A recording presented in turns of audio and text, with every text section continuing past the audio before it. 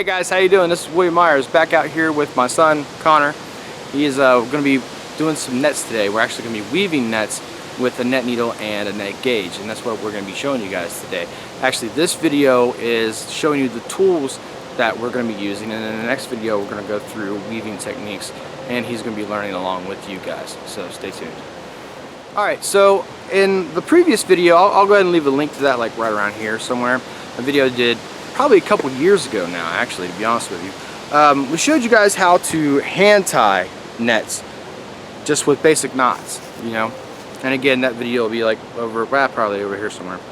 Now what we're going to show you guys is how to weave nets with a net needle and a net gauge. Okay?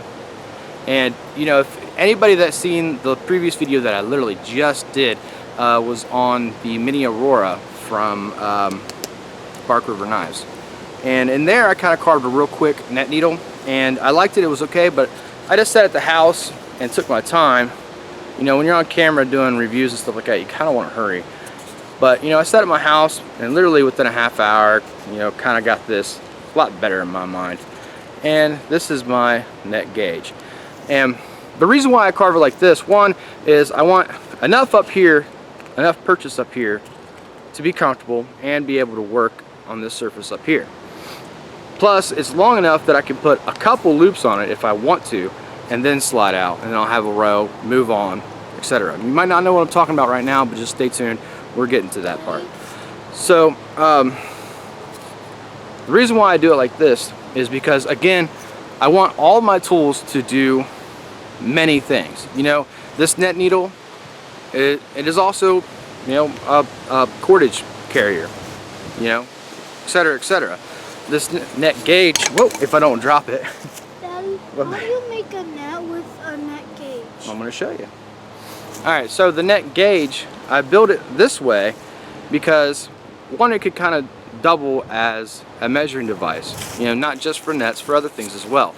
I put a 1-inch mark up here, and we put a 1-inch mark graduation here.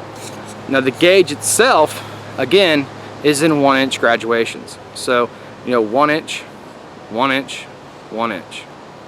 Alright? How wide it is 1.5 inches. And there's a reason for this. You know, once I get to work, I'm going to be making 1.5 inch loops, which means times that by 2, I'm going to be making a 3-inch loop.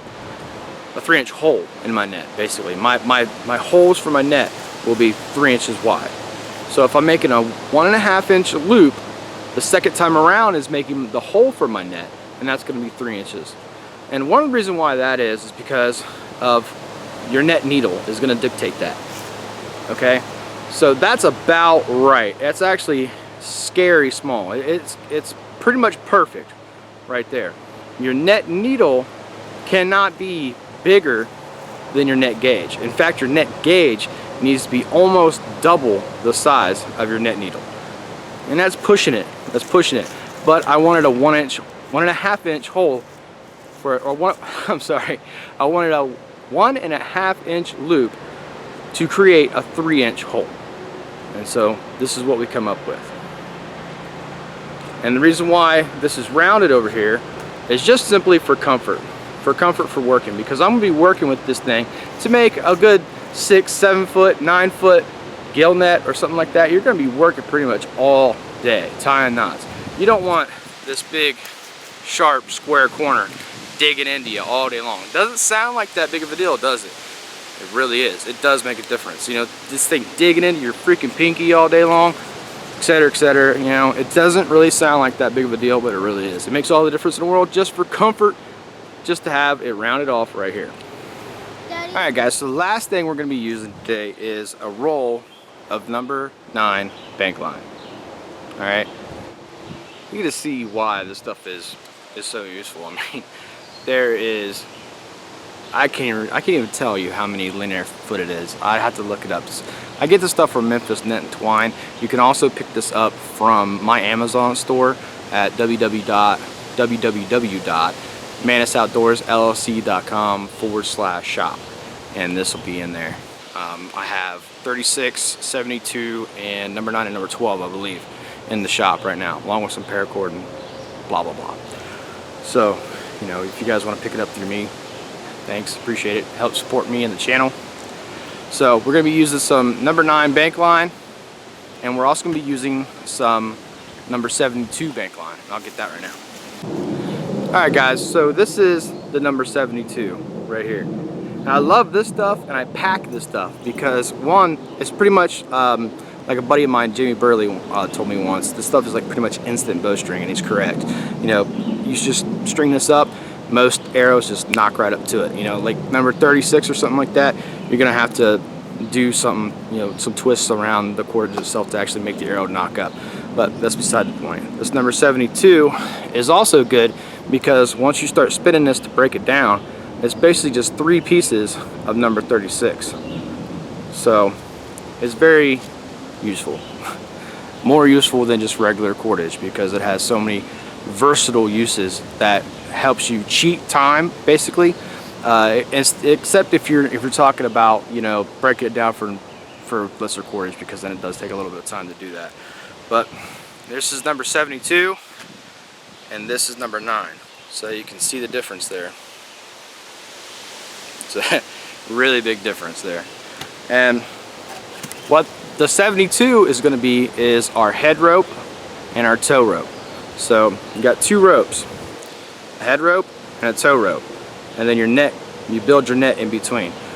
Alright, so what we're going to be doing is we're going to be attaching a head rope and then building the net around the head rope. Some people like to build the net, you know, just weave the net and then attach it to a head rope and then a toe rope. I don't do that. I do it to where I'm attaching to a head rope pretty much the entire time, and then I flip it and then attach it to my toe rope. So. Alright guys, so this is basically the tools that we're going to be using to build the net. You know, we got number 72 bank line, number 9 bank line. We have a net gauge. You know, as said before, this can also double as, you know, improvised ruler, just to give you a basic, you know, 3-4 inch measurement. Can also be a measure, used to measure, sorry. Can also be used to measure on the front end as well.